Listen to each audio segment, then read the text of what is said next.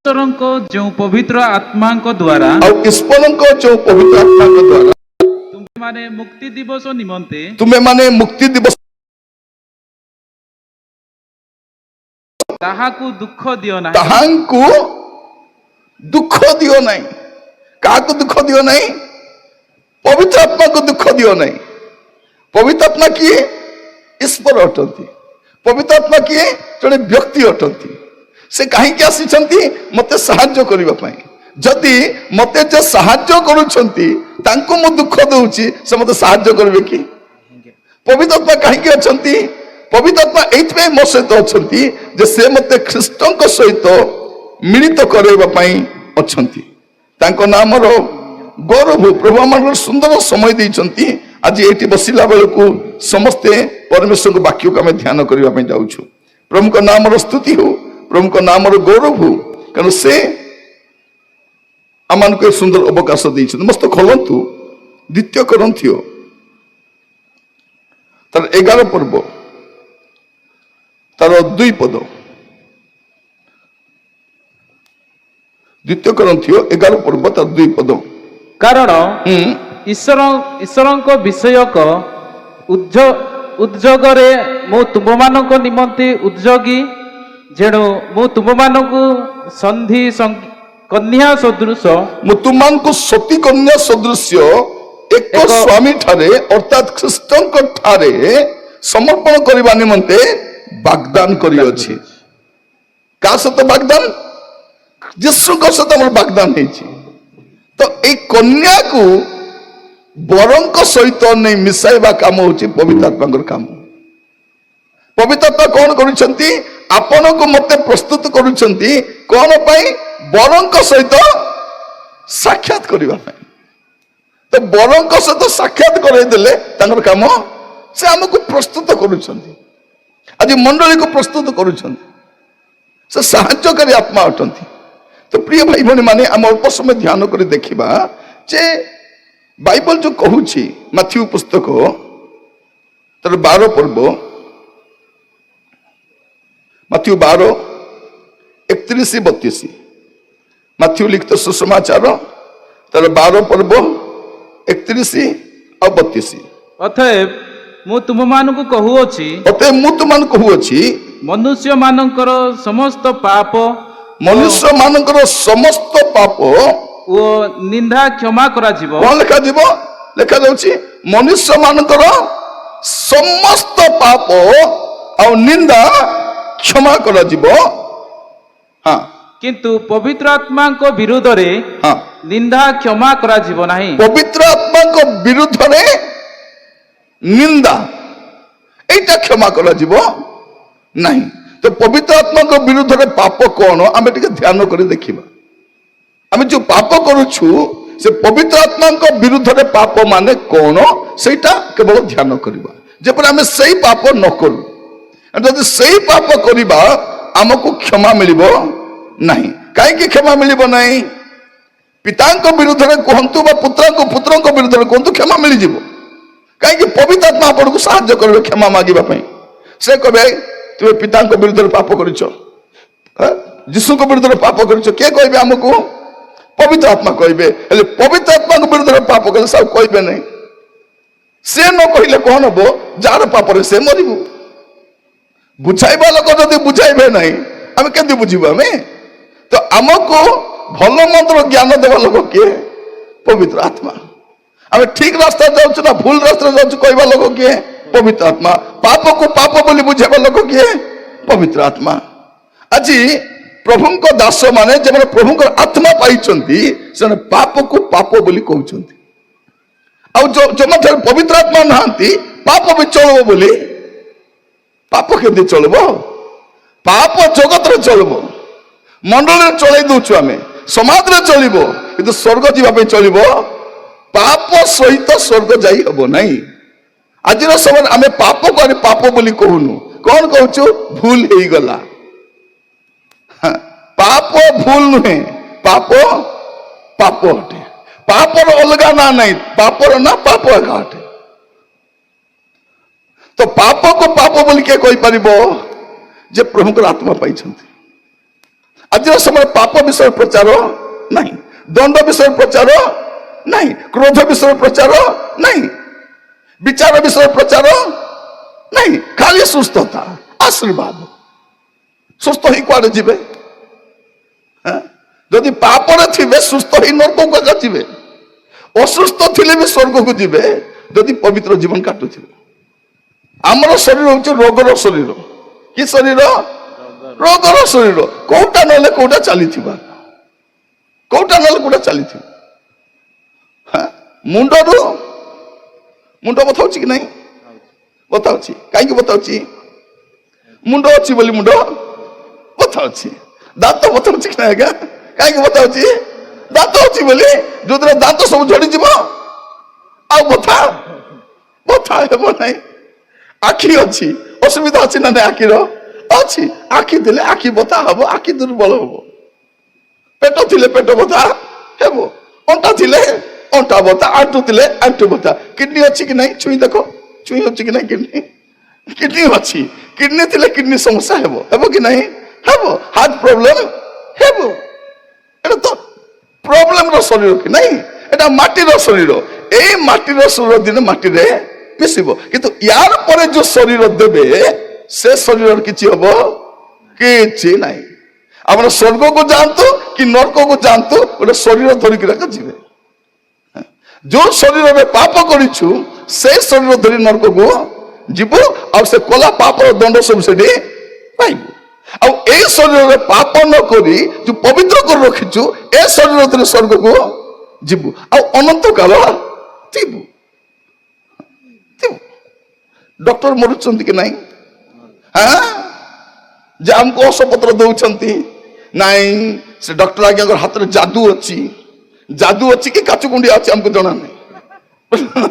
ସେ ବି ମରିବାଟା ମରିବେ ଆକା। କିଏ ଅମର ଫଳ ଖାଇନାହାନ୍ତି। ଧନୀ ବି ମରବ, ଗରିବ ବି ମରବ।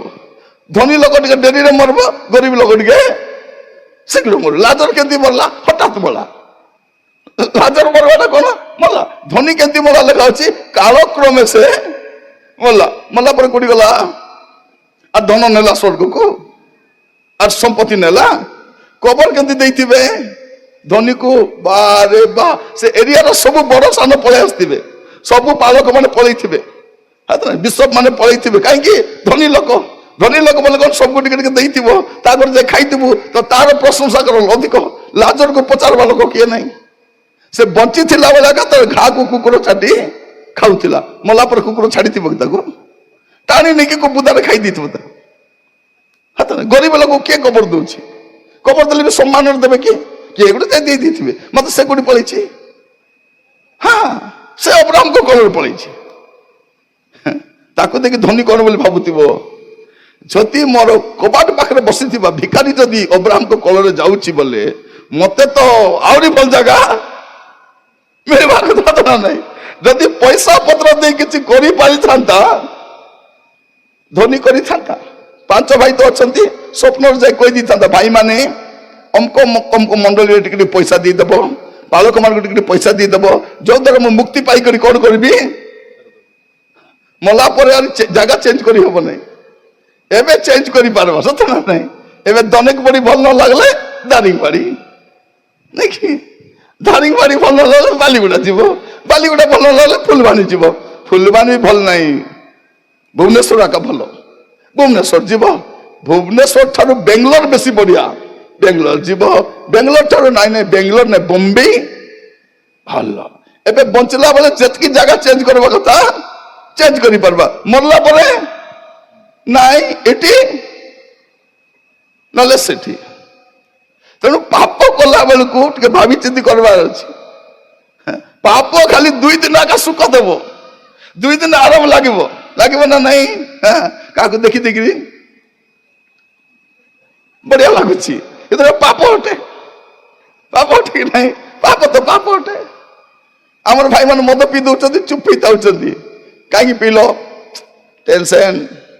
ଆଉ ଭଉଣୀ ମାନେ ବି ସପୋର୍ଟ କରୁଥିବେ ସ୍ୱାମୀ ମଦ ପିଇଲେ, ତାଙ୍କୁ କେତେ ଟେନସନ। ଟେନସନ ବୋଲି ସେ ଟିକେ ପିଇଦେଲେ, ତମକୁ ଟେନସନ କି ନାହିଁ? ତମେ ଟିକେ ଝିଅ ମାନେ ସ୍କୁଲ ପଢିବା ପିଲାଙ୍କୁ ଟେନସନ କି ନାହିଁ? ଚାଲୁ टेंशन पाई के मद पीब कि प्रिय भाई भौणी मैंने मन रखी था पाप पाप ताको अलग नाम दे हम नाई आम पालक मैंने कहीं कहूनु कहीदेले मंडली छाड़ी कुआडे पलैबे से मद पीऊ कि जुआ खेलु कि बेविचार करू चर्च को आसी चांदा पकाले हेला मोर मुना गरम हेले हेला ए मदुआ को एठी गाली कले से चर्च पलैथिबो सेठी गाली कले सेठी जदि सबुठी गाली करि थांते मोर प्रिय भाई भौणी मन मु भाबुची मोर भलिया 10टा पास्टर भारी थांते प्रचारक भारी थांते सबु मदुआ सीधा ही जाई थांते मो भलिया जदि 10टा प्रचारक भारी थांते सबु मदुआ सीधा ही जाई थांते एबे मु मदुआ मन को गाली कले यूट्यूब रे मते गाली करूछंती ये पुरी वक्ता बाक्य न के यारे सियारे कहूची बाक्य तो कहूची यारे कोटा कहूची मद पियो नाही नरक को जीव बोली कहूची कहानी कहू नाही बाइबल रो कथा का कहूची सब खाली पद पर्व देखाउ नाही मोर प्रिय भाई भौणी माने मन रखि थांतु पवित्र आत्मा के विरुद्ध रे हम जो जाउ कोन लेखा जो देखंतु 31 पद अते मु तुमन कहू अछि मनुष्य मान को समस्त पाप और निंदा क्षमा करा जीवो किंतु आत्मा के विरुद्ध रे निंदा क्षमा करा जीवो नहीं आ जे के मनुष्य पुत्र को विरुद्ध रे कथा कहिबो ताको क्षमा दिया जीवो काहे की क्षमा दिया जीवो पवित्र आत्मा ताको बुझाइबे ए तू मनुष्य पुत्र को विरुद्ध रे कहलु यीशु को विरुद्ध रे कहलु से कहबे एले पवित्र आत्मा को विरुद्ध रे कहले के कहबे से चुप हे देबे से चुप हेले कोन हो जार पाप रे से मरिबो बे देखो तू जो माने बारंबार पाप करूछंती ताकर पाप पाप परि लागू नहीं बारंबार गोटे विषय कले पाप परि लागिबो नहीं नुआ नुआ खाइला बेले केदि लागुतला भांग पुड़िया खाइला बेलू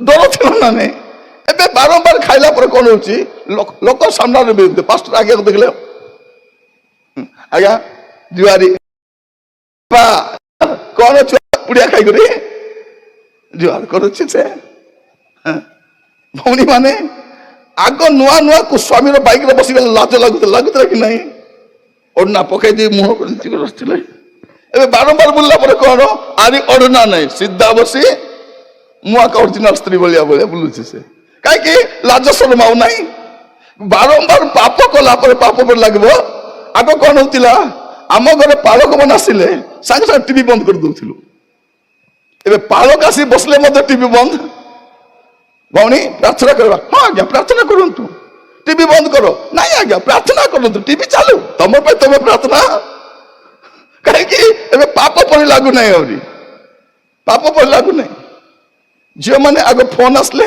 लुचि लुचि कथा काटी दउथिलु एबे से फोन दे सब लाग रे हां हां काहे कि लाज शरम होरी कारण जतले में बारंबार पाप करिबा पाप देह सुआ ही जीव हम कि नहीं एबे देखंतु गोटे ठंडा पानी रे बेंगो को छाड़ी देबे काकू बेंगो बेंगो कोन बोल कहबे पाना पाना को नहीं करी पानी वाले कौन सिरु पाना को नहीं कुटी पका देबे सिरु रे ए पाना कौन करिवो सिरु रे पाना और सिरु मिसी करिया ये खुशी काहे कि बेंगो को कौन भल लागे ठंडा पानी भल लागे सिरु ठंडा सिरु ताको की खुशी लागला किंतु ए पाना को नहीं करी गरम पानी रे पकाई देले कौन करिवो पकाओ पकाओ डेई करी मरी गली बोले नहीं गरम पानी पकाइबे कि नहीं सीधा डेइबो अरे कुआडे जीव जणा ने पळे बसे ता खोजी पारबे नहीं किंतु एई पाना को तार की वंश के जाने हला ए पाना को श्रीयुक्त पाना को कौन करिवो ए सिरु रे पकाई देबो आउ ताको चुली रे बसाई करी धीरे धीरे गरम करबो कौन करिवे ए पाना को ठंडा सिरु रे बसाई करी चुली रे बसाई करी धीरे गैस रे धीरे धीरे गरम करबे पाना कौन करिवो अपा ताको केते बढ़िया लागबो काहे कि सब ठंडा पानी रे थिला एबे पानी रे कुसुम हला ताको खुशी लागबो आउटी कुसुम हला आउटी के खुशी लागबो तापरे कोन हबो से सिजी करी गुंड होई जीवो बाहरिबो काहे कि देह सुहाई गला ताको देह सुहाई गला ଥଣ୍ଡା ପାଣି ଚଳିବ, ଗରମ ପାଣି ଡେଇ ପଳେଇବ, କିନ୍ତୁ ଥଣ୍ଡା ପାଣିକୁ ଗରମ କରି କରି ଗଲେ ତାଇଲେ ସେ ମରିକରି ମିଳିଯିବ ପାରବନି। ଥରେ ଗୋଟେ ଜାଗାରେ ପ୍ରଚାର କରି ଯାଇଥିଲୁ, ଆମର ଜଣେ ଆଦିବାସୀ ପ୍ରଚାରକ ସେ ବିଦେଶକୁ ଯାଇଥିଲେ। ସେ କହିଲେ ଆଜ୍ଞା ସେଠି ଗୋଟେ ସୁପ୍ ଦେଲେ ଆଜ୍ଞା, ଚିକେନ ସୁପ୍ କି ନାହିଁ, ସେଠି ସୁପ୍ ଦେଲେ ଆଜ୍ଞା, ଏତେ ଟେଷ୍ଟି ଥିଲା ଆଜ୍ଞା, ମାଗି ମାଗି ଦୁଇଥର ଖାଇଦେଲି ସୁପ୍। ତାପରେ ସୁପ୍ ସରିଲା ବେଳକୁ ତଳେ ଦେଖିଲା ବେଳକୁ ସାନ ସାନ ପାନା ଗୁଡାକ ଅଛି, ଏ ହଉଛି ବେଙ୍ଗ ସୁପ୍। ବେଙ୍ଗ ସବୁ ବେଙ୍ଗ ତଳେ ଭର୍ତ୍ତି, ଏବେ ବାନ୍ତି କରେନି କି କଣ, କାହିଁକି ଏ ସାନ ସାନ ପାନା, ଏ ପାନାକୁ ପାଣିରେ ଗରମ କଲେ କିଛି ହବ ନାହିଁ, କାହିଁକି ଦେହ ସୁହା ହେଇଯିବ। ଏବେ ଠିକ ସେହିପରି ଆମମାନଙ୍କର ମଧ୍ୟ ଅନେକଙ୍କର କଣ ହେଇଯାଇଛି ଭାଇ ଭଉଣୀ ମାନେ, ପାପ ଦେହ ସୁହା ହେଇଯାଇଛି। ଆଉ ପାପ ଯେତେବେଳେ ଦେହ ସୁହା ହେବ କଣ କରିବ, ସର୍ବନାଶ କରିବ। ତ ପ୍ରଥମ କଥା ଆମେ ଦେଖୁଛୁ କଣ, ପବିତ୍ର ଆତ୍ମାଙ୍କ ବିରୁଦ୍ଧରେ ଯଦି ଆମେ ପାପ କରିବା ସେ ଆମକୁ ଚେତନା ଦେବେ ନାହିଁ, ଏଇଟା ହଉଛି ପବିତ୍ର ଆତ୍ମାଙ୍କ ବିରୁଦ୍ଧରେ ପାପ। ତାଙ୍କ ବିରୁଦ୍ଧରେ ନିନ୍ଦା କହିବାଟା କଣ ଅଟେ, ପବିତ୍ର ଆତ୍ମାଙ୍କ ବିରୁଦ୍ଧରେ ପାପ ଅଟେ। ଆଉ ପବିତ୍ର ଆତ୍ମାଙ୍କ ବିରୁଦ୍ଧରେ ପାପ କଣ, ପ୍ରେରିତ 7 ପର୍ବ 51 ପଦ, ପ୍ରେରିତ 7 ପର୍ବ ତାର 51 ପଦ।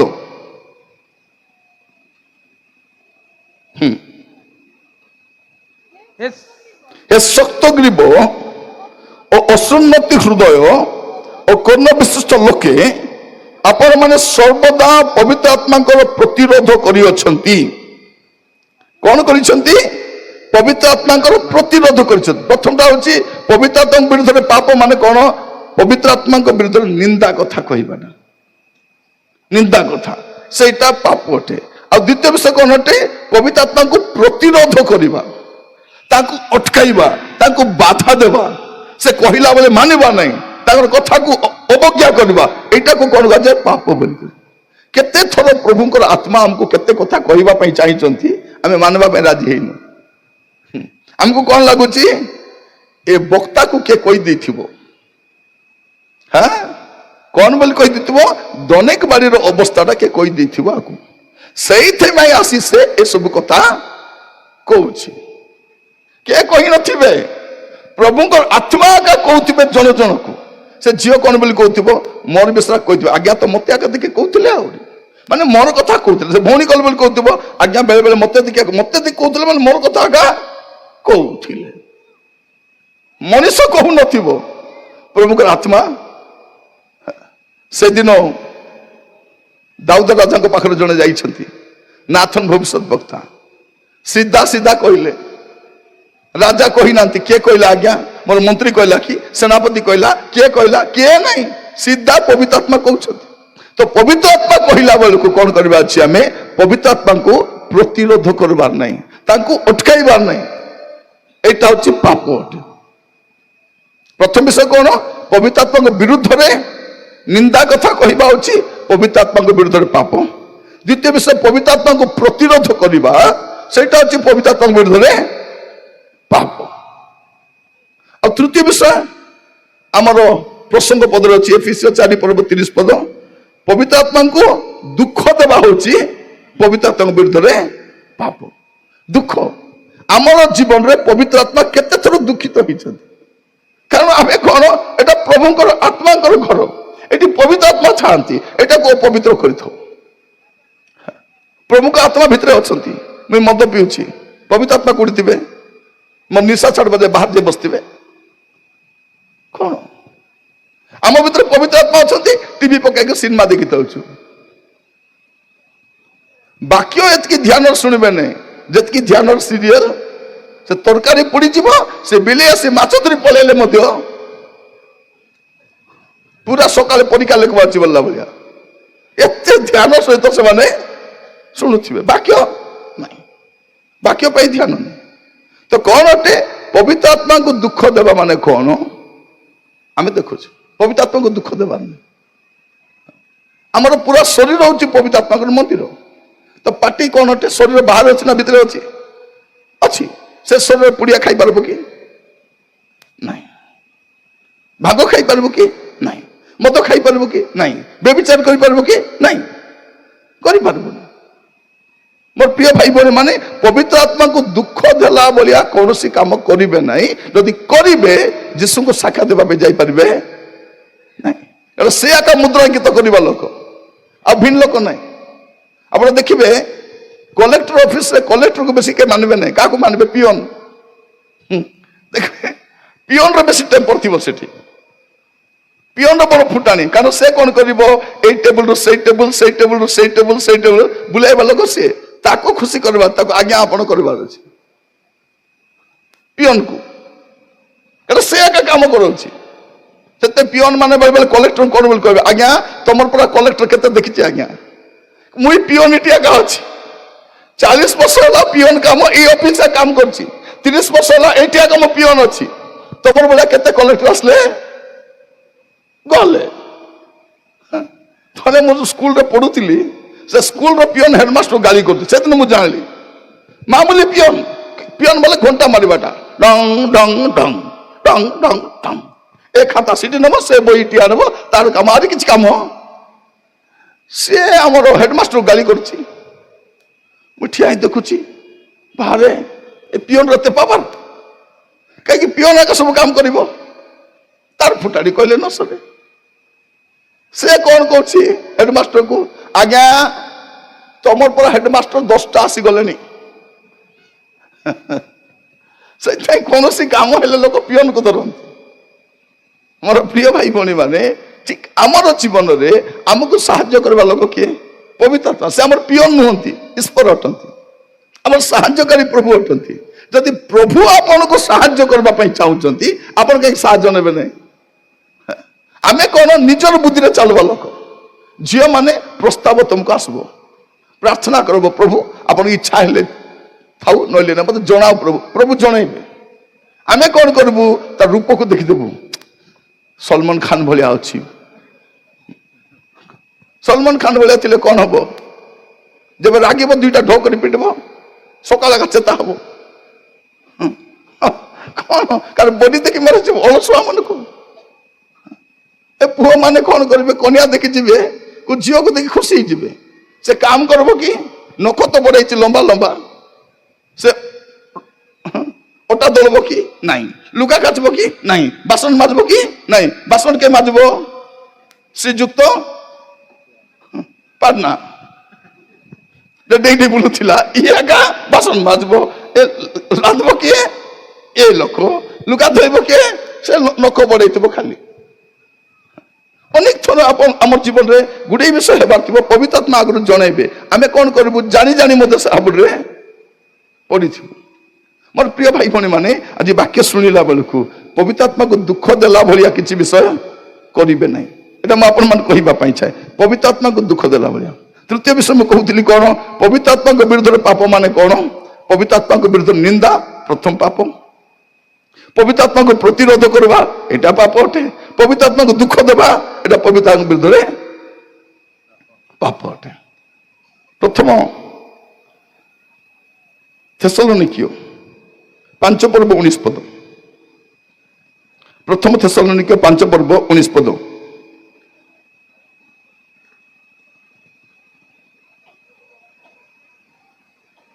कौन लिखा होची आत्मा को निर्वाण न करो आत्मा को कौन न करो आत्मा को निर्वाण न करो आत्मा को निर्वाण करबा करते आत्मा को विरुद्ध रे पाप अटे पवित्र आत्मा किसी जणाउथिबे पवित्र आत्मा हमको पूर्ण होउथिबे पवित्र आत्मा हम भीतर किसी कहबा पई जाउथिबे आमे ताको निर्वाण निर्वाण माने कोन लिबाई देबा ताको अटकाई देबा पवित्र आत्मा रे पूर्ण हेबा इच्छा करथिबे लोक निर्वाण करथिबे से एटा भी पाप अटे आराधना करू करू अनेक लोक स्तुति गान करुथिबे आमे कहबे थाउ थाउ बंद बंद बंद बंद कारण आमे बाप्टिस्ट लोक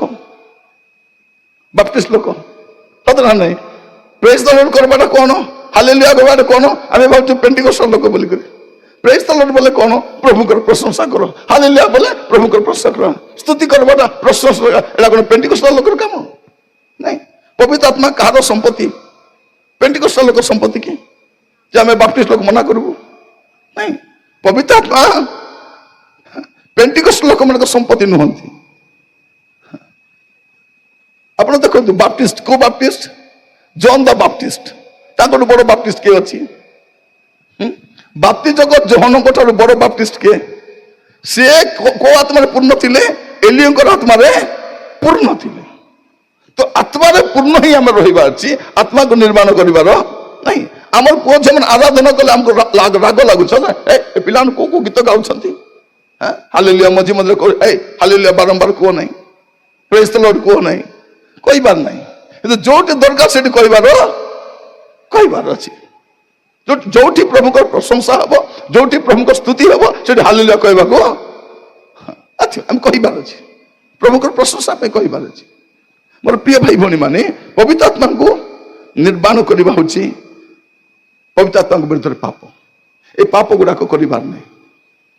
ପ୍ରଭୁ ଆମମାନଙ୍କୁ ଅନୁଗ୍ରହ କରନ୍ତୁ। ଥରେ କଣ ହେଲା, ଗୋଟେ ଗାଁରେ ଜଣେ ପ୍ରଭୁଙ୍କ ଦାସ ଯାଇଥିଲେ। ଗୋଟେ ଗାଁରେ ଗଲା ପରେ ଜଣେ ଲୋକ ଆତ୍ମାରେ ପୂର୍ଣ୍ଣ ହେଇଯାଇଛି।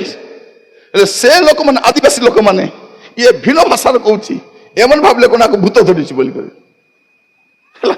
କାରଣ ସେ ତାଙ୍କର ଭାଷାରେ କହୁନାହିଁ, ସେ ପବିତ୍ର ଆତ୍ମାର କଥା ହଉଛି। ସେ ପ୍ରଭୁଙ୍କ ଦାସ ପାଖରେ ନେଲା ପରେ ଆଜ୍ଞା ଆକୁ ଭୂତ ଧରିଛି। ସେ ପ୍ରଭୁଙ୍କ ଦାସ କହିଲେ ସେ କଣ କହୁଛି ଶୁଣବା। ସେ କୋଉ ଭାଷାରେ କହୁଛି? ସେ ଜର୍ମାନ ଭାଷାରେ କହୁଛି। ଏ ପ୍ରଚାରକ ଜର୍ମାନ ଲୋକ, ସେ କଣ ବୋଲି କହୁଛି? ତୁମକୁ ଦୁଃଖ ଭୋଗ ଆସୁଛି, ତମ ଜୀବନରେ କଷ୍ଟ ଆସୁଛି, ତୁମେ ଏଇଠି ଆଗ ମରବ, ତୁମ ପାଇଁ ବହୁତ ସମସ୍ୟା ଆଗକୁ ଅଛି ବୋଲି ସେ ଦେଶିଆ ଲୋକ ସେ ଜର୍ମାନ ଭାଷାରେ କହୁଛି। ଲୋକ ଭାବୁଛନ୍ତି କଣ ଭୂତ ଧରିଛି। ମୋର ପ୍ରିୟ ଭାଇ ଭଉଣୀ ମାନେ, ଆପଣ ଯଦି ଦେଖିବେ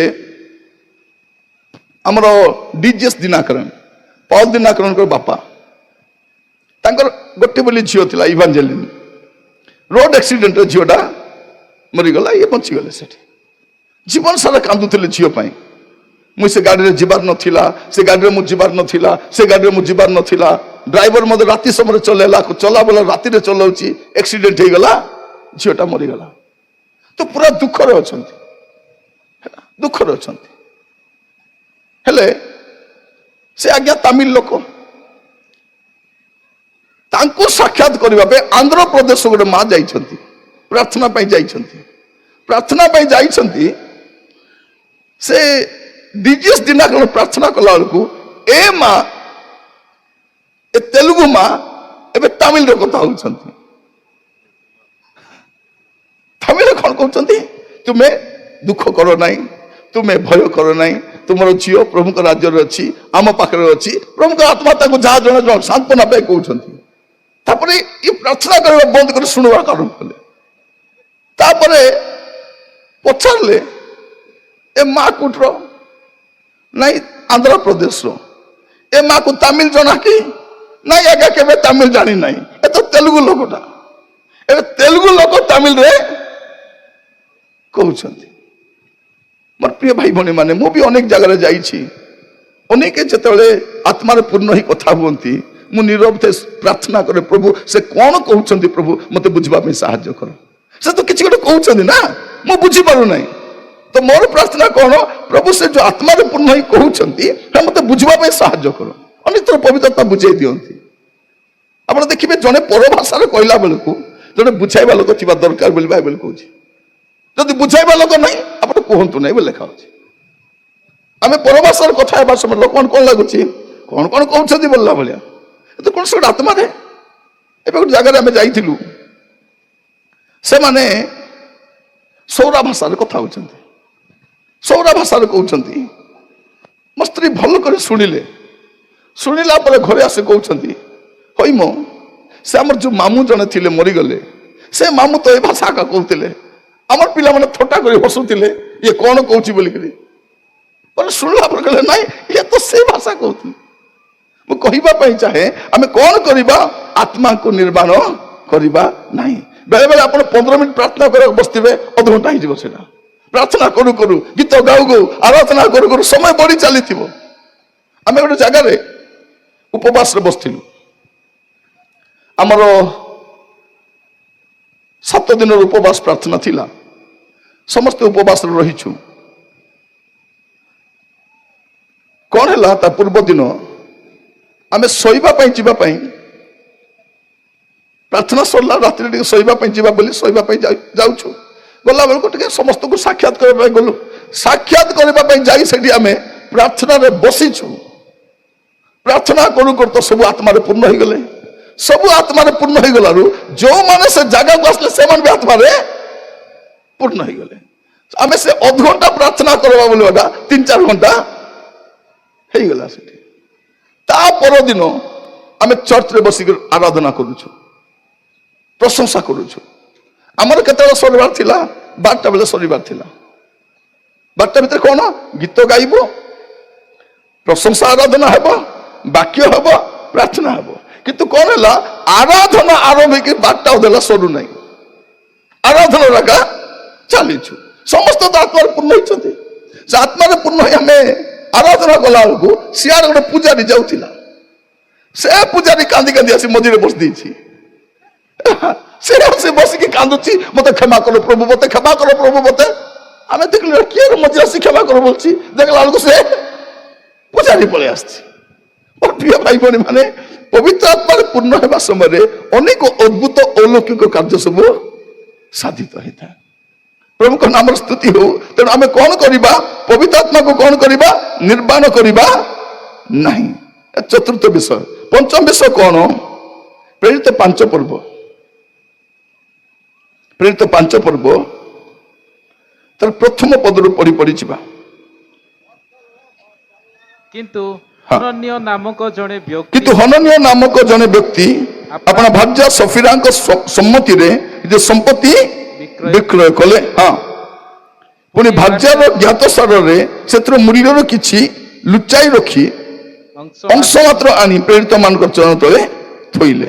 ସେଥିରେ ପିତର କହିଲେ, ହେ ହନନୀୟ, ପବିତ୍ର ଆତ୍ମାଙ୍କ ବିରୁଦ୍ଧରେ ମିଥ୍ୟା କହିବାକୁ ଓ ଭୂମିର ମୂଲ୍ୟରୁ କିଛି ଲୁଚାଇ ରଖିବାକୁ କାହିଁକି ଶୈତାନ ତୁମ ହୃଦୟକୁ ସମ୍ପୂର୍ଣ୍ଣ ଅଧିକାର କରିଅଛି? ପବିତ୍ର ଆତ୍ମାଙ୍କ ବିରୁଦ୍ଧରେ ପାପ କଣ ଅଟେ? ପବିତ୍ର ଆତ୍ମାକୁ ମିଥ୍ୟା କହିବା ପବିତ୍ର ଆତ୍ମାଙ୍କ ବିରୁଦ୍ଧରେ ପାପ ଅଟେ। ତ ଏଇ 5ଟି ବିଷୟ ଆପଣ ଧ୍ୟାନ ଦେବେ। ମୋର ପ୍ରିୟ ଭାଇ ଭଉଣୀ ମାନେ, ମୁଁ ସମ୍ବାଦ ସାରିବା ପାଇଁ ଯାଉଛି। ଏ 5ଟା ବିଷୟ ଆପଣ ଧ୍ୟାନ ଦେବେ। କଣ କଣ ଲେଖା ଯାଉଛି? ପବିତ୍ର ଆତ୍ମାଙ୍କ ବିରୁଦ୍ଧରେ ପାପ ମାନେ କଣ? ପବିତ୍ର ଆତ୍ମାଙ୍କୁ ବିରୁଦ୍ଧରେ ନିନ୍ଦା କରିବା, ଏଇଟା ହଉଛି ପାପ। ପବିତ୍ର ଆତ୍ମାକୁ ପ୍ରତିରୋଧ କରିବା, ଏହା ଗୋଟେ ପାପ।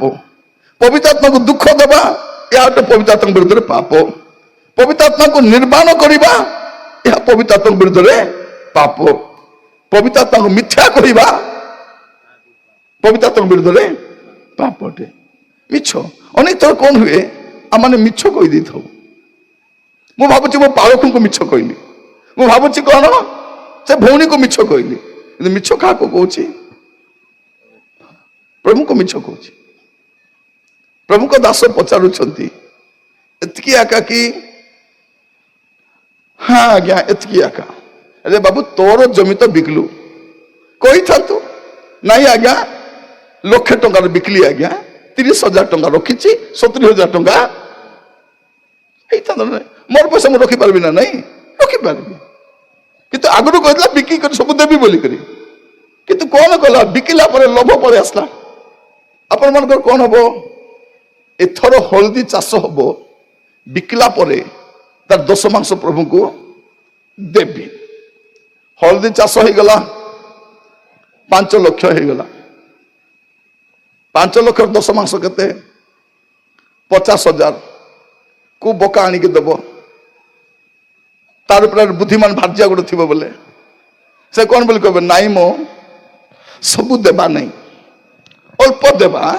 ଘର ଭିତରେ ରିପେୟାର କରବାର ଅଛି ନା ନାହିଁ, ଝିଅକୁ ଗୋଟେ ସ୍କୁଟି କିଣି ଦେବାର ଅଛି, ପୁଅର ସ୍କୁଲ ଫିସ୍ ଦେବାର ଅଛି, ଔଷଧ ପତ୍ର ଅଛି, ରଖିଦେବା ମ ବୋଲି କହିଲେ କଣ କରବ? ତାର ଗୁଣବନ୍ତ ସ୍ୱାମୀ, ଠିକ କଥା କହିଲୁ ଲ ତୁଇ, ତୋର ଭଳିଆ ସ୍ତ୍ରୀ ପାଇ ମୁଁ ଭାଗ୍ୟବାନ, ଧନ୍ୟ ହେଇଗଲି ବୋଲି କହିବ ନାହିଁ। ତାପରେ କଣ କରିବ? ଏଆଡେ କାନ୍ଦୁଲ ଚାଷ କଲ। କଣ ପ୍ରଭୁ, ଏଥର ଯଦି କାନ୍ଦୁଲ ଚାଷ ହେବ ରାଜା, ପ୍ରଭୁ ବିକିଲା ପରେ ପ୍ରଭୁ ମଣ୍ଡଳୀକୁ ଆଣିକି ପ୍ରଭୁ ପ୍ରଥମ ବିକ୍ରି ପଇସା ଆଣିକି ଦେବି। ପ୍ରଥମ ବିକ୍ରି ପଇସା କେତେ? 1,00,000 ଟଙ୍କା ହେଇଗଲା। ଏବେ ଚିନ୍ତା କରିବ, ବେଶୀ କହିଦେଲି ପରି ଲାଗୁଛି। ପ୍ରିୟ ଭାଇ ଭଉଣୀ ମାନେ, ଏଇଟା ହଉଛି ଆମର ଡବାରେ ଚିନି ଥିବ ନା ନାହିଁ? ଥିବ। କିଏ ଯଦି କହିବେ ଏଲୋ ଟିକେ ଭାଉଜ ତେଲ ଟିକେ ଦେ, ଆମର ତେଲ ସରିଯାଇ ତ ଭଜା କରିବାର ଅଛି ଟିକେ ଦେ, ନାଇଁ ଲୋ ଦେଖ ଆମର ବି ନାହିଁ, ଅଛି ନା ନାହିଁ? ଅଛି। ମିଛ କହିବା ପାଇଁ ଦୁଇ ହାତ ଆଗରେ ଏକା ଥିବ ଆମେ ସବୁବେଳେ। ଭଉଣୀ ମାନେ ଯଦି କିଏ କହିବେ ଏଲୋ କଣ ଭଜା କରିଥିଲୁ ଟିକେ ଭଜା ଆଣିକି ଦଉନୁ, ଏବେ ଏକା କଡେଇ ସଫା କଲି, ସେ ସଫା କଲା କଡେଇ ବି ଦେଖାଇଦେବ, ଏଠି କଡେଇ ସଫା କଲି, କିନ୍ତୁ କଡେଇ ସଫା କରିବା ପୂର୍ବରୁ ଗିନାରେ କାଢି ରଖିଲ ନା ନାହିଁ, ସେଟା କହୁନାହିଁ ସେ। ଆମେ କଣ କରୁଛୁ ବଡ ଶସ୍ତାରେ ସହଜରେ ମିଛ କହିଦଉଛୁ, ତ ଇଏ ବି କଣ ଭାବିଲେ କହିଦବା ଯାଇକି ଆଉ। ତେଣୁ ଆଗକୁ ମିଛ କିଏ କହିବ? ମିଥ୍ୟାବାଦୀ ମାନଙ୍କ ପିତା କିଏ? ଶୈତାନ। ମିଥ୍ୟାବାଦୀ ପିତା କିଏ? ଶୈତାନ। ତ ଯେ ମିଛ କହୁଛି ସେ କାହାର ସନ୍ତାନ? ନାଇଁ ନାଇଁ। ତେଣୁ ଆଗାମୀ ସମୟରେ ଯଦି କେହି ଆପଣଙ୍କୁ ଚିନି ମାଗିଲେ କଣ ବୋଲି କହିବେ? ନାଇଁ ଲୋ ଅଛି କିନ୍ତୁ ଦେବି ନାହିଁ, ମତେ ଟିକେ ଦରକାର ଅଛି, ଆଙ୍କେ ନାହାନ୍ତି ତ, ଏଇଟା ସତ କଥା ହବ। ଟିକେ ନେ ମୁଁ ବେଶୀ ଦେଇପାରିବି ନା, ଏଇଟା ହେଲା କଥା, ମିଛ କଥା। ବାଇବେଲ କଣ କହୁଛି? ମିଛ କହିବା ଲୋକ ସ୍ୱର୍ଗକୁ ଯିବେ ନାହିଁ ବୋଲି ଲେଖା ହେଇଛି। ସବୁ ଚିନ୍ତାରେ ପଡିଗଲେ ଏବେ। ଏବେ ତ ଆସିବା ପୂର୍ବରୁ ମିଛ କହିଥିଲୁ, ଗଲା ପରେ ମଧ୍ୟ ମିଛ କହିବୁ, ସତ ନା ନାହିଁ? ମିଛ ଏମିତି କଣ କହିବୁ କହିଲେ ନ ସରେ। ମିଛ କହିବାକୁ କିଆ ଡରିବି, କହି ପଛେ ମଲେ ମରିବି, ସତ ନା ନାହିଁ? ମିଛ କହିଲେ କିଏ ଜାଣି ପାରୁଛି? ଝିଅ ମାନେ ପଚାରିବେ ମା ଏଇ କୋଉଠି ଯାଇଥିଲୁ? କୋଉଠି ଯାଇଥିଲି? ଏଇ ତ ଥିଲି। ଗୋଟେ ରାଉଣ୍ଡ ମାରି ପଳେଇ ଆସିଥିବ ବାଇକରେ ବସିକରି, ମିଛ କହୁଥିବ, ସତ ନା ନାହିଁ? ଭଉଣୀ ମାନେ ସିନେମା ପକେଇ ଦେଖୁଥିବ, କିଏ ପଳେଇ ଆସିଲେ ବନ୍ଦ କରିଦେଇଥିବ, କହିଲେ ଦିଦି କଣ କରୁଥିଲୁ? କିଛି ନାହିଁ ଲୋ ଗଡିଥିଲି। ଖାଲି ଗଡିଥିଲୁ? ନାଇଁ, ସିନେମା ଦେଖି ଦେଖି ଗଡି। ପ୍ରଭୁ ଆମମାନଙ୍କୁ ଅନୁଗ୍ରହ କରନ୍ତୁ। ଆଜି ବସିବା ସମୟରେ ମିଛ କଥା କହିବାଟା ଏଟା ପବିତ୍ରତା ବିରୁଦ୍ଧରେ। ଆମେ ବହୁତ ଶସ୍ତାରେ କହିଦଉଛୁ ମିଛ, ଆଉ ଖୁସି ବି ହେଇଯାଉଛୁ। କଣ ଜାଣିଲା କି ସେ? ଜାଣି ନାହିଁ ନା? ନାଇଁ ଜାଣିବନି। ମୁଁ ଏମିତି ମିଛ କହି, ଝିଅ ମାନେ ମା ମାନଙ୍କୁ ଠକି ଦଉଛନ୍ତି, ଭାବୁଛନ୍ତି ମୋର ମା ବୋକାଟା, ବୁଝିବ ନାହିଁ ସେ, ମୋର ବାପା ବାପା ତ ମତେ ବେଶୀ ଭଲ ପାଇବେ, ମିଛ କଥା କହିଲେ ବି। କିନ୍ତୁ ମିଛ କାହାକୁ କହୁଛୁ? ହେଲେ ଏ କାହା ଉପରେ ପଡିଗଲେ? ଏ ପିତର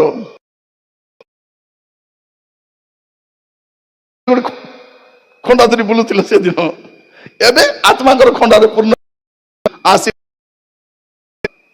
ତୁମେ ପବିତ୍ରତାକୁ ମିଛ କଥା କହୁଛ, ସାଙ୍ଗେ ସାଙ୍ଗେ ସ୍ୱାମୀ କଚାଡି ଖତମ। ତାପରେ ତାର ଗୁଣବତୀ ସ୍ତ୍ରୀ ଆସିଲା, ମୋର ସ୍ୱାମୀ ଦେଖା ଯାଉନାହାନ୍ତି ଆଜ୍ଞା, ଏବେ ଆସିବି ବୋଲି କହିଲେ ଯେ କିଏ ସଲା କିଏ ଆସିନାହାନ୍ତି। ଭଉଣୀ କେତେ ବିକିଲ? ମୋର ସ୍ୱାମୀ କହିନାହାନ୍ତି କି ଆଜ୍ଞା, ସେତିକି ଏକା, ସେ ବି ଖତମ। ମାନେ ପବିତ୍ର ଆତ୍ମାଙ୍କ ବିରୁଦ୍ଧରେ ମିଛ କଥା କହିବାଟା କେଡେ ବଡ ପାପ। ଆମେ ଆଜି ହଉନାହିଁ ସେମିତି, ଯଦି ଆଜି ହେଇଥାନ୍ତା କେତେ କୋଟି ମରିଥାନ୍ତୁ ଠିକଣା। ସବୁ ରବିବାର କେତେ ଜଣଙ୍କୁ ଧରି ଧରି ବାହାର କରିଥାନ୍ତୁ। ଆଜି କେ ମଲା? ଆଜି ସେ ଆବା ଆଉ ସେ ଆବାର କାବା, ଏ ଦୁଇ ଲୋକ ଖତମ। ତାପରେ କାଲିକି ନାଇଁ, ଏ ସପ୍ତାହରେ କିଏ? ଆଜି ସେ ଆଜା ଆଉ ସେ ଆବା ଦି ଜଣ। ମୋର ପ୍ରିୟ ଭାଇ ଭଉଣୀ ମାନେ, ମିଛ କହିବାଟା କେତେ ଡେଞ୍ଜର ଆମେ ଜାଣିନୁ। ମସ୍ତ ଖୋଲନ୍ତୁ, ଦେଖନ୍ତୁ ପ୍ରକାଶିତ ବାକ୍ୟ 21 ପର୍ବ 8 ପଦ। 21 ପର୍ବ 8 ପଦ।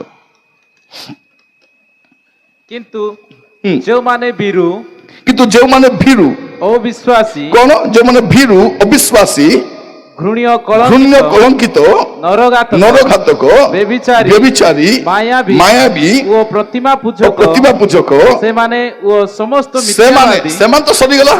ସେମାନେ ଓ ସମସ୍ତ ମିଥ୍ୟାବାଦୀ ଅଗ୍ନି ଓ ଗନ୍ଧକ ପ୍ରଜ୍ୱଳିତ ହ୍ରଦର ଅଂଶ ପାଇବେ। ଏହା ହିଁ ଦ୍ୱିତୀୟ। ଦେଖନ୍ତୁ, ଭୀରୁ ଗଲା, ଅବିଶ୍ୱାସୀ ଗଲା, ଘୃଣ୍ୟ କଳଙ୍କିତ ଗଲା, ବ୍ୟଭିଚାରୀ ଗଲା, ମାୟାବୀ ଗଲା, ପ୍ରତିଭା ପୂଜକ, ତା ସହିତ ମିଥ୍ୟାବାଦୀ ମଧ୍ୟ। ଏ ବଡ ବଡ ପାପ କରିବା ଲୋକ ଯୋଉ ନରକକୁ ଗଲେ ମିଛ କହିବା ଲୋକ ମଧ୍ୟ, ତେବେ ଆଗକୁ କହିଲା ବେଳକୁ ଭାବି ଚିନ୍ତି କହିବାର ଅଛି। ମିଛ କହିବା ଲୋକମାନେ ଏଠି କଣ ଲେଖା ଦେଖନ୍ତୁ, 22 ପର୍ବ 15 ପଦ, ପ୍ରକାଶିତ ବାକ୍ୟ 22:15। କୁକୁର ମାନେ ମାୟାବୀ ବ୍ୟଭିଚାରୀ ନରଘାତକ ପ୍ରତିମା ପୂଜକ ପୁଣି ମିଥ୍ୟା ପ୍ରିୟ ଓ ମିଥ୍ୟାଚାରୀ ମାନେ ବାହାରେ ରହିବେ। କୋଉଠି ରହିବେ? ବାହାରେ। ବାହାରେ ବୋଲେ କୋଉଠି? ସ୍ୱର୍ଗର ବାହାରେ। କିଏ? ମିଥ୍ୟା ପ୍ରିୟ। ମିଛ କହୁଛୁ କି ନାହିଁ ସାବଧାନ କି କହିବାର ଅଛି। ମୁଁ ମିଛ କହିବାଟା କିଏ ଜାଣୁଛି କି ନାହିଁ ବଡ କଥା ନାହିଁ, ସେ ଜାଣୁଛନ୍ତି ମିଛ କଥା।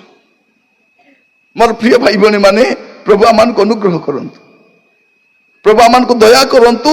ଏ 5 ବିଷୟ ହେଉଛି ପବିତ୍ର ଆତ୍ମାଙ୍କ ବିରୁଦ୍ଧରେ ପାପ। କୋଉଟା ପାପ ଅଟେ କହିକି ସାରିବା ପାଇଁ ଚାହେଁ। ପବିତ୍ର ଆତ୍ମାଙ୍କ ବିରୁଦ୍ଧରେ ନିନ୍ଦା କରିବା ହେଉଛି ପବିତ୍ର ଆତ୍ମାଙ୍କ ବିରୁଦ୍ଧରେ ପାପ। ପବିତ୍ର ଆତ୍ମାକୁ ପ୍ରତିରୋଧ କରିବା ହେଉଛି ପବିତ୍ର ଆତ୍ମାଙ୍କ ବିରୁଦ୍ଧରେ ପାପ। ପବିତ୍ର ଆତ୍ମାକୁ ଦୁଃଖ ଦେବା ହେଉଛି ପବିତ୍ର ଆତ୍ମାଙ୍କ ବିରୁଦ୍ଧରେ ପାପ। ପବିତ୍ର ଆତ୍ମାକୁ ନିର୍ମାଣ କରିବା ହେଉଛି ପବିତ୍ର ଆତ୍ମାଙ୍କ ବିରୁଦ୍ଧରେ ପାପ। ପବିତ୍ର ଆତ୍ମାକୁ ମିଛ କହିବା ହେଉଛି ପବିତ୍ର ଆତ୍ମାଙ୍କ ବିରୁଦ୍ଧରେ ପାପ। ଏ 5ଟା ବିଷୟ ସାବଧାନୀ ରହିବେ ମିଛ କଥା କହିଲା ବେଳକୁ। ଚର୍ଚ୍ଚରେ ଆଜିକାଲି ବହୁତ ମିଛ ବି ଚାଲିଛି। ମିଛ। ମୋର ପ୍ରିୟ ଭାଇ ଭଉଣୀ ମାନେ, ପ୍ରଭୁ ଆମମାନଙ୍କୁ ଅନୁଗ୍ରହ କରନ୍ତୁ, ପ୍ରଭୁ ଆମମାନଙ୍କୁ ଦୟା କରନ୍ତୁ। ଆମେ କହିବା ସମୟରେ ସାବଧାନ ହେବା, ସତର୍କ ହେବା। ମିଛ କହିଲେ ହୁଏତ ଏବେ ଆମେ ଖସିଯିବା, କିନ୍ତୁ ମିଛକୁ ଲୁଚାଇବା ପାଇଁ ଆଉ ଗୋଟେ ମିଛ, ତାପରେ ସେ ମିଛକୁ ସତ ବୋଲି କହିବା ପାଇଁ କେତେଟା ମିଛ କହିବା ପାଇଁ ମିଛ ତ ମିଛ। ଭୁଲ ହେଲା, ଭୁଲ ହେଇଗଲା, ଘୋଡ଼ାଇବା ଦରକାର ନାହିଁ, ମିଛ କହିବା ଦରକାର ନାହିଁ। ପ୍ରଭୁ ଆମମାନଙ୍କୁ ଅନୁଗ୍ରହ କରନ୍ତୁ। ଆଜି ପ୍ରାର୍ଥନା କରିବା, କାରଣ କଣ ଆମର ପ୍ରସଙ୍ଗ ପଦରେ ଲେଖା ଯାଉଛି କଣ ପ୍ରିୟ ଭାଇ ଭଉଣୀ ମାନେ, ପବିତ୍ର ଆତ୍ମାକୁ ଦୁଃଖ ଦିଅ ନାହିଁ। କାହିଁକି? ସେ ମୁକ୍ତି ଦିବସ ନିମନ୍ତେ ତୁମକୁ ମୁଦ୍ରାଙ୍କିତ କରିବା ଲୋକ। ସେ ଆପଣଙ୍କୁ ମୁଦ୍ରାଙ୍କିତ କରନ୍ତି କଣ ପାଇଁ? ଜଗତ ଉପରକୁ ଯୋଉ ବିପତ୍ତି ଆସିବ, ଯୋଉ ଦଣ୍ଡ ଆସିବ, ଯୋଉ ସମସ୍ୟା ଆସିବ, ଏ ମୁଦ୍ରାଙ୍କିତ ଲୋକମାନେ ମେଘମାଳାକୁ ନିତ୍ୟ ହେଇଯିବେ। ମୁଦ୍ରାଙ୍କିତ ଲୋକର କ୍ଷତି ହବନି। ଏବେ ସବୁ ଚଳି ଯାଉଛି ପରା, ଏବେ 500 ଟଙ୍କା ନୋଟ ସବୁ ଚଳୁଛି, ମାତ୍ର ବ୍ୟାଙ୍କରେ ଗଲା ପରେ କଣ କରିବ? ସେ ମେସିନରେ ପକାଇବ, ଚାରିଟା କାଟି ଫୋପାଡ଼ି ଦେଇଥିବ, ସେ ରହିଯାଇଥିବ, ରହିଯିବ ସେ। କାରଣ ଏ ଜାଲି ନୋଟଟା ହାଟରେ ବାଟରେ ଗାଁରେ ବଜାରରେ ଚଳିଯିବ, କିନ୍ତୁ ମେସିନରେ ଗଲା ବେଳକୁ ଆପଣଙ୍କୁ ବି ସେ ମେସିନ ଦେଇକା ଯିବାର ଅଛି।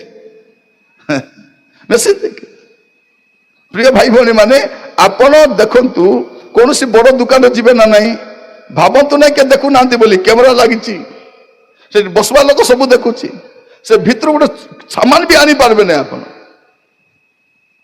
ଆପଣ ବଡ ଦୋକାନରେ ଯିବେ, ରୁମାଲଟା ଥିବ ନାହିଁ କି, ସେ ରୁମାଲ ବି ଲୁଚା ଆଣିପାରିବେ ନାହିଁ, କାରଣ ରୁମାଲଟା କଣ ହେଇଛି, ନମ୍ବର ହେଇଯାଇଛି।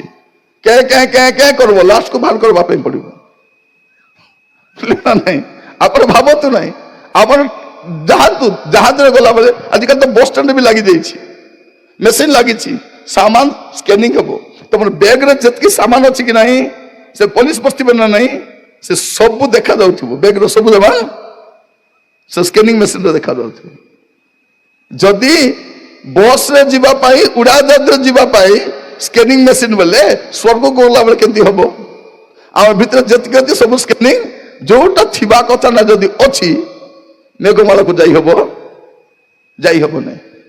ଆପଣ ଦେଖନ୍ତୁ, ଆପଣ ତହସିଲ ଅଫିସରେ ଯିବେ କୌଣସି ଡକୁମେଣ୍ଟ କରିବା ପାଇଁ, ସବୁ A to Z କ୍ଲିୟର ଥିଲେ ଏକା ଚାହିଁଲେ ସିଲ ମାରିକରି ସିଗ୍ନେଚର, ନହେଲେ ଏଇଟା କରି ଆଣ, ସେଇଟା କରି ଆଣ, ସେଇଟା କରି ଆଣ, ସେଇଟା କରି ଆଣ, ତାରପରେ ସିଲ। ଆପଣ କହିପାରିବେ ଆଜ୍ଞା ଆଗ ସିଲ ଦେଇ ଦିଅନ୍ତୁ ଆଜ୍ଞା, ପରେ କରି ଆଣିବି। ନାଇଁ, ପୁରା ଡକୁମେଣ୍ଟ କମ୍ପ୍ଲିଟ ହେଲା ପରେ ସିଲ ମରା ଯିବ। ଆପଣ ମଧ୍ୟ ସ୍ୱର୍ଗ ରାଜ୍ୟ ଯିବା ପାଇଁ ଯେତେବେଳେ ଯୋଗ୍ୟ ହେଇଯିବେ, ପବିତ୍ର ଆତ୍ମା ସିଲ ମାରିବେ ଆଉ ଆପଣ ମେଘମାଳାକୁ। ତେଣୁ ଆପଣଙ୍କ ଜୀବନରେ ଯଦି କୌଣସି ଅଦରକାରୀ ବିଷୟ ଅଛି, ଲୁଚାନ୍ତୁ ନାହିଁ, ପବିତ୍ର ଆତ୍ମାକୁ ଦୁଃଖ ଦିଅନ୍ତୁ ନାହିଁ। ପବିତ୍ର ଆତ୍ମା ଦୁଃଖିତ ହୁଅନ୍ତି, କାରଣ ଏଇଟା ତାଙ୍କର ଘର, ଆଉ ଏଇ ଘରେ ଯଦି ଅଦରକାରୀ ବିଷୟ ଥିବ, ଯାହା ରହିବା କଥା ନାହିଁ ସେ ଦୁଃଖିତ ହେବେ। ଆସନ୍ତୁ ଚକ୍ଷୁ ବନ୍ଦ କରିବା, ସମସ୍ତେ ପଦେ ପ୍ରାର୍ଥନା କରିବା, ନୀରବରେ ବସିବା, ଟିକେ ପ୍ରଭୁଙ୍କ ଆଡ଼କୁ ଅନେଇବା। ପ୍ରଭୁଙ୍କ ଆତ୍ମା ଆମକୁ କହୁଛନ୍ତି, ଅନେକ ଥର ଆମକୁ ସତର୍କ କରାଇବା ପାଇଁ ଚେଷ୍ଟା କରିଛନ୍ତି। ଆଜି ସେ ସ୍ପଷ୍ଟ ଭାବରେ କହୁଛନ୍ତି, ପବିତ୍ର ଆତ୍ମାଙ୍କ ବିରୁଦ୍ଧରେ ପାପ କଣ ଅଟେ?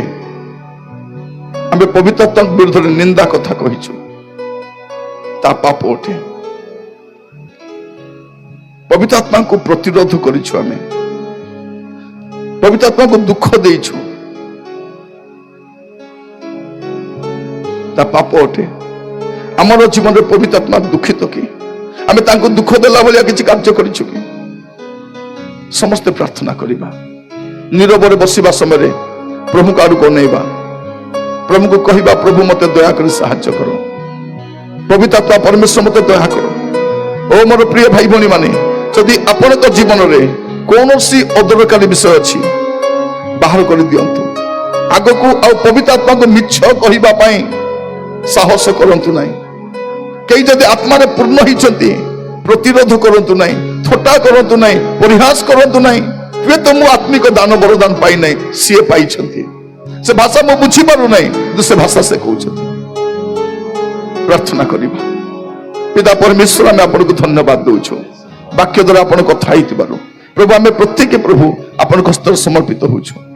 ପ୍ରଭୁ, ଆପଣ ଆମକୁ ଦୟା କରନ୍ତୁ। ପ୍ରଭୁ, ଆଜି ବାକ୍ୟ ଦ୍ୱାରା ସ୍ପଷ୍ଟ ଭାବରେ କଥା ହେଇଛନ୍ତି, ପବିତ୍ର ଆତ୍ମାଙ୍କ ବିରୁଦ୍ଧରେ ପାପ କଣ ଅଟେ। ପ୍ରଭୁ, ଆମେ ପବିତ୍ର ଆତ୍ମାକୁ ଦୁଃଖ ଦେଇଛୁ।